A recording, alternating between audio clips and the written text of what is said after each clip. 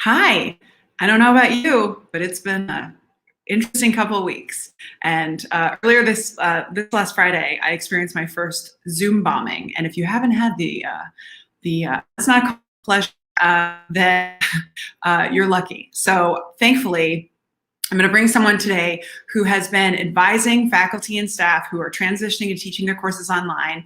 Amy Pate from the School of Life Sciences at Arizona State University has been patiently guiding faculty who've been experiencing this same phenomenon, but also she's just been giving great advice to help people kind of take a beat, take a deep breath in the midst of this transition, not be too overwhelmed. And so what we're doing today is just trying to bring more folks who can bring inspiration, calm, some ideas to help with this adaptation. So Amy, thank you so much for being here. It's a pleasure. Thank you. So can we talk Zoom bombing? So like I said, I happened to me on Friday, and I was surprised because I put a link out, and I just read an article about it, so I think I might have been accidentally kind of testing it, so I posted a link to the Zoom room that I was going to put together like a virtual happy hour, and I was surprised that within about a minute of getting there were at least 5 people trying to Zoom bomb. And so I was, in real time, it gave me such empathy for faculty right now who are trying to stay calm in the midst of this, going through change, and their students are also going through a very traumatic experience. And then, I was sweating and I was like trying to like remove people from the room. And so, things are changing. And I think folks like yourself who help faculty in the midst of this are just, thank you for doing that work. So what advice are you giving to folks right now if folks have brought that to you? So our ASU is working really hard to try to limit that. It always can happen, right? So you have to accept the fact that it might happen to you and have a plan. But we are trying to get faculty to make sure that when they go into the Zoom meeting, we do have a requirement for all the authentication with ASU students. So making sure that that's turned on. I recommend doing waiting rooms if you can with your classes. That way you see who's coming in and making sure that, they're the legitimate students. We also recommend things like making sure that only one person can share or just the host shares. If they're doing PowerPoints, that way the professor takes control of the slides immediately and keeps them on task and the control of the screen the entire time. So it is scary. Definitely with faculty, I tell them, don't panic, just to try to remove the person. If you can tell who's doing it, take control of the screen if you can. If you can't do any of those things, you close the meeting and you reopen it again. Announcing to your students that, hey, we're going to reopen in 10 minutes and then see if you can control it from that point on. So it is just, it's destructive and difficult to deal with, but it's also one of those things. The faculty have disruptions in their classrooms, and so they know how to handle those, and I try to get them to see that it's a similar type of issue.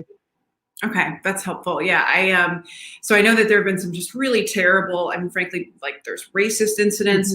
It's awful. So obviously we're going to figure this out. I'll be interested tomorrow. There's going to be a GSV is putting on a virtual summit with the CEO of Zoom, and I've asked if we can put this on the top of the list to talk about. I did go into my settings, and you can follow. There are quite a few articles online that you can follow the direction to make so you just sharing. One of the easiest ways, though, is making it so there's a password required. Now, granted, you risk the chance that students can't get in, but it's, going forward, what I'm going to do is if I post a link, I'm going to say you have to DM me for the password. And at least that gives a level of protection. And I today saw someone also posting a photo of a big room that they were in. At least they didn't, with all the people are loving the faces across it. But I think, making sure that you don't have your Zoom ID included is really important. Good points. Yeah, those are both great tips.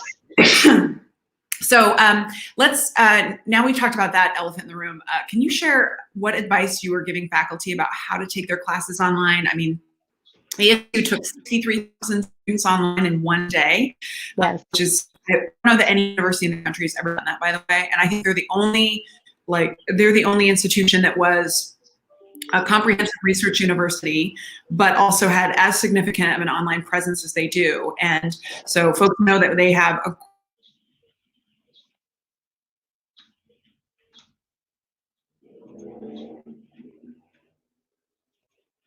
So I think what I tell faculty with is that they, in order to kind of prep for their Zoom classes, I kind of break it into three ways to look at it. Probably number one is they have to do some pre-planning. So this isn't business as usual. They can't do exactly what they did in the classroom now in a Zoom meeting.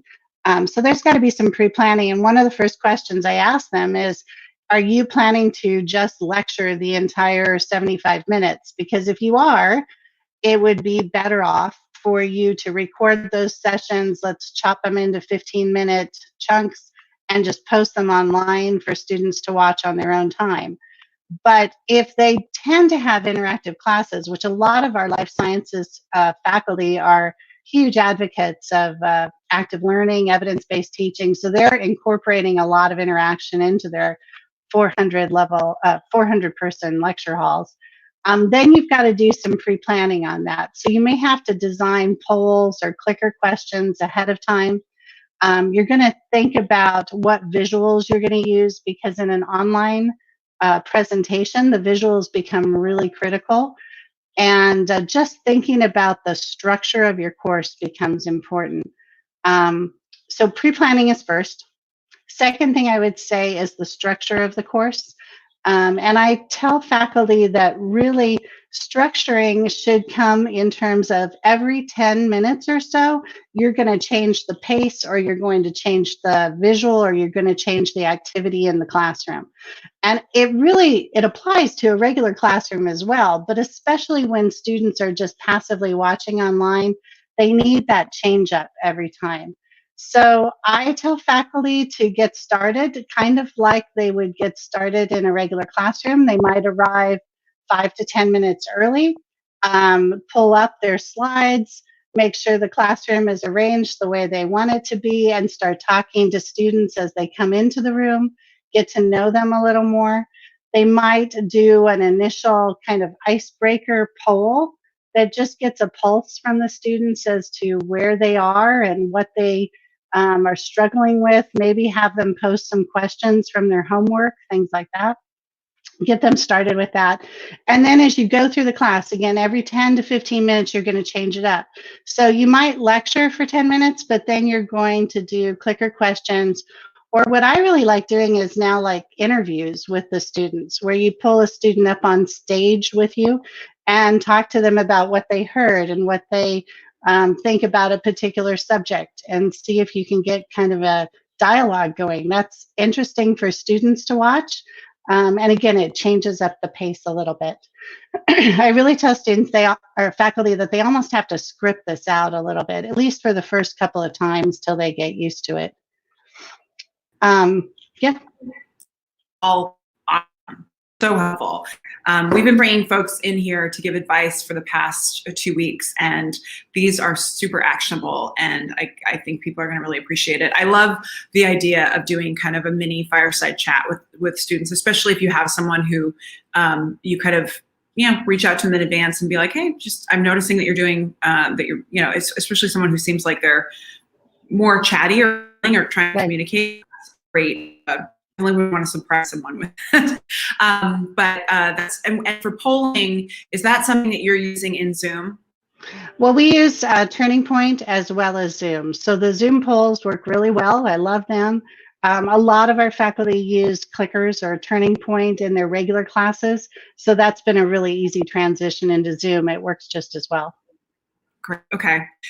Also, and for folks at home, if you don't have like any of these, available to you, just know just like when you went to a conference and someone, you've signed up for something, there are all kinds of available services out there. One other one I've used is Pigeonhole, where it allows students to anonymously post questions in the Pigeonhole, and then people can upvote them. That's another way, but it's a separate that they have open.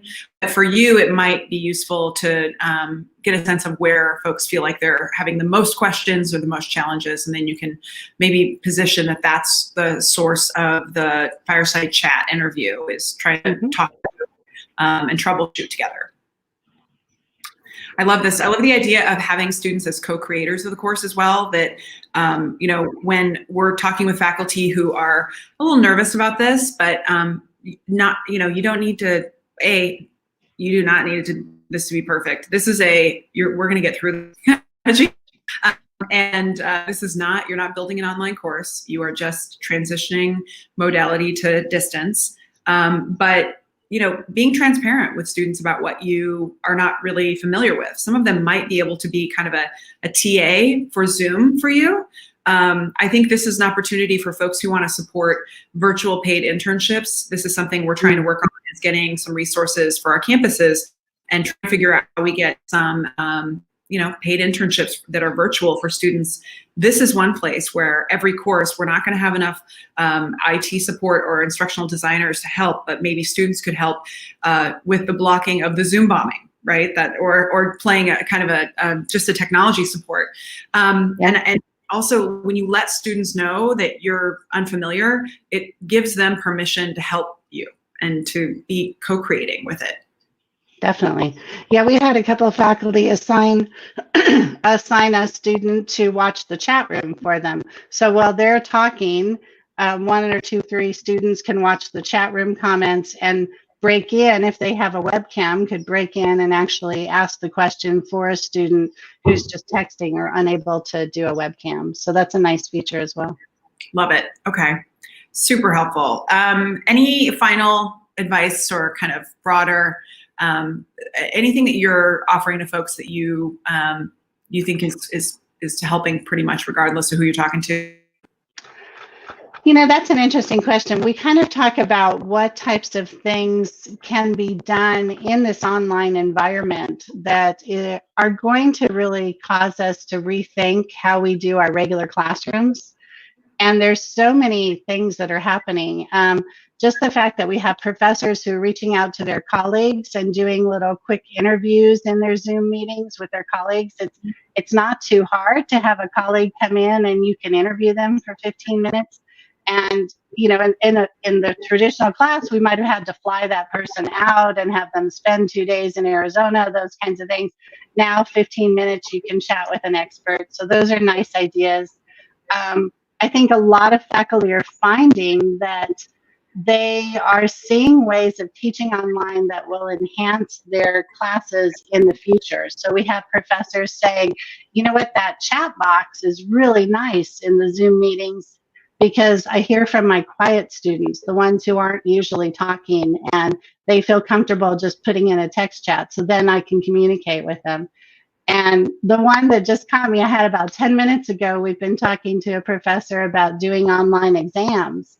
And, you know, the fact that it's going to be a little more difficult with online exams, making sure that those students are doing the work, things like that. And we've always had proctored exams here on campus. Well, now we're starting to see faculty question, well, why can't I have an open book exam on campus? You know, we're going to do it here for these online students because it's this emergency, difficult situation, but maybe we should consider doing those for our regular classes.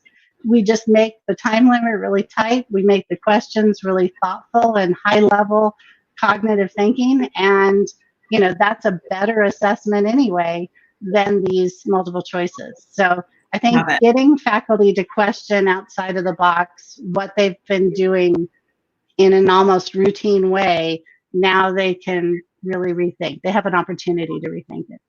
Great. Well, thank you so much for taking the time to share with us. I know that every minute that you gave us was a minute that was probably promised to a faculty member at ASU. So we really appreciate it. We hope that this serves far more folks quickly.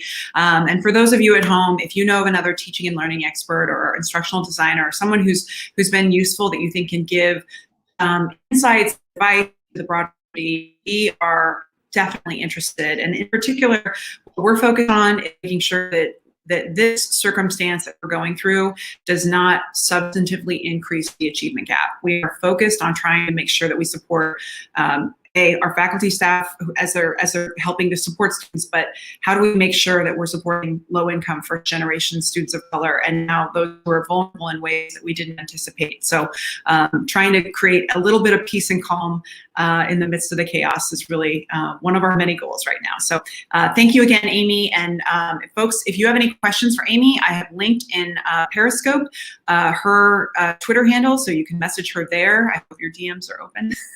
And is there any other other place that you'd like to send folks to if they have questions? Oh, I can hear you out, but if I were to interpret, I would guess that you would want to send folks to ASU. Oh, we just dropped her, but this happens on the internet. If you want more information about ASU's digital assets and connecting with the folks who they have that are made available, go to ASU for You. That's a way to connect with them. And there you are, you're back. Hi. All right, so we will just sign off. And otherwise, thanks everybody and have a great day.